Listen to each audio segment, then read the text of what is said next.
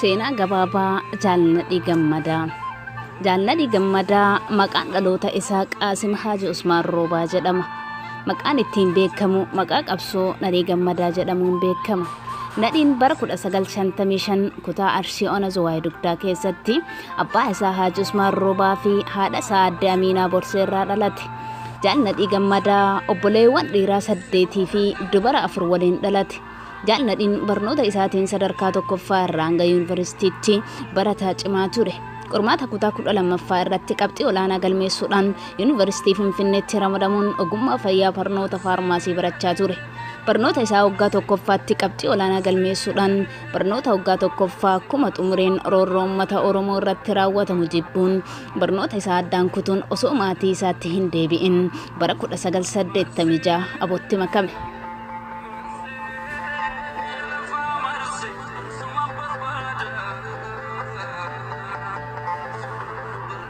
Nadhiin bara 1993 walga'ii aboo irratti hirmaachuuf wardiyoota isaa ja'a wajjin osoo gara iddoo bookee 27 jedhamutti deemuun bakka Asagoo jedhamu tan daangaa Arsii Harargee jidduutti argamtutti butamee achi buuteen isaa dhabame. Nadhiin goota sammuu qaroo kan yoo dubbatu haasawa isaa jechoota akka rasaasaatti onnee nama kutu kan sagalee onnattummaa fi kutannoon dubbatu saniin hedduu beekama. Akkuma sagalee haasawa isaa Nadhiin goota murannoo fi kutannoo dhugaa qabudha. Har'amee jechoota muraasa dhaadannoo gatii qabdu ta'uu kan haasawa isaa humna qabeessa keessaa walitti guureen haa yaadannu.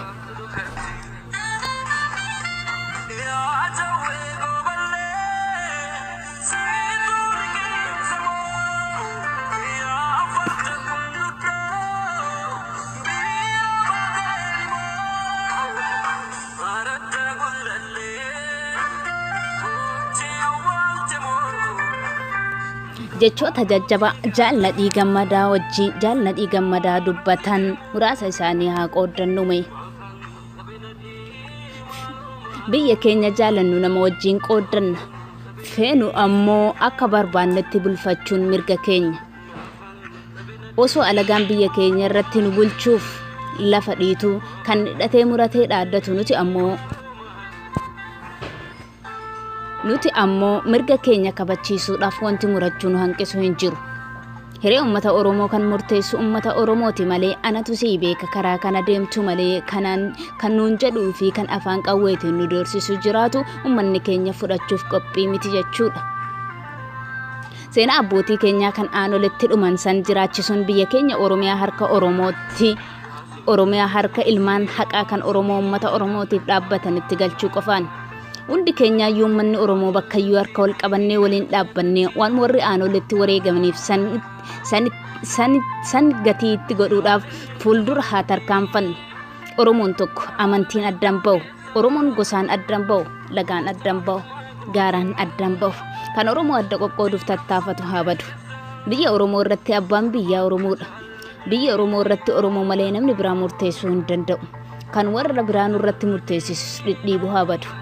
Jaalladhii Gammadaa akkuma barnoota maatii isaa biraa manaa bahetti barnoota isaa addaan kutuun roorroo saba isaa irra gahaa jirtu sammuun isaa taa'ee ilaaluu waan dadhabdeef qabsoo Oromoo aboodhaan gaggeeffamutti makamuun hanga har'aatti achi buuteen isaa dhabame.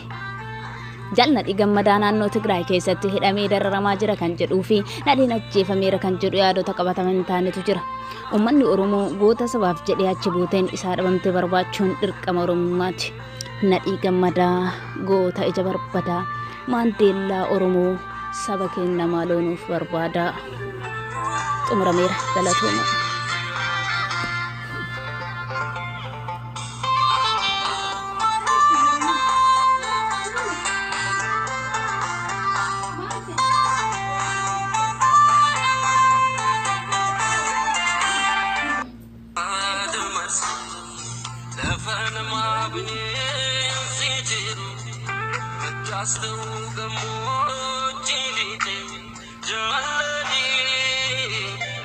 Jaalladhii Gammadaa abdii jadhabamtee